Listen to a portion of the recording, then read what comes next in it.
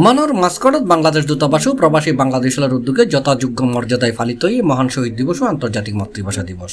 ফেব্রুয়ারির 21 তারিখ শুক্রবার সকাল 7:30টায় ওমানের বাংলাদেশ দূতাবাসত নবনিযুক্ত রাষ্ট্রদূত রিয়ার এডমিরাল খন্দকার মিসবাহুল আজিমুর নেতৃত্বে জাতীয় পতাকা অর্ধনমিত করিবার মাধ্যমে দিবসের কর্মসূচি শুরু হয়। এরপর শহীদ মিনারত পুষ্পস্তবক অর্পণের মাধ্যমে ভাষা শহীদদের প্রতি শ্রদ্ধা নিবেদন করেছে রাষ্ট্রদূত ও দূতাবাসের কর্মকর্তা।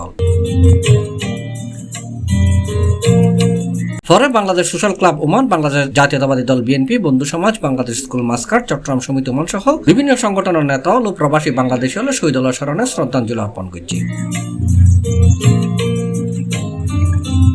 দূতাবাসের হলরুমে আয়োজিত আলোচনা সভা দিবসের তাৎপর্য তুলে ধরা রাষ্ট্রপতি ও প্রধান উপদেষ্টার বাণী পাঠ করছে দূতাবাসের কর্মকর্তা।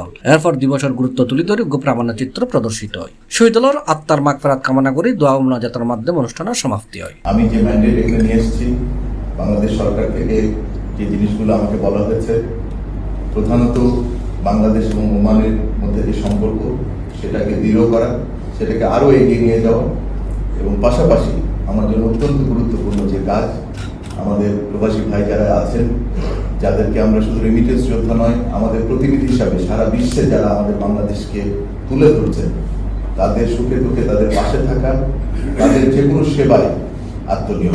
C+ TV, Chittagong.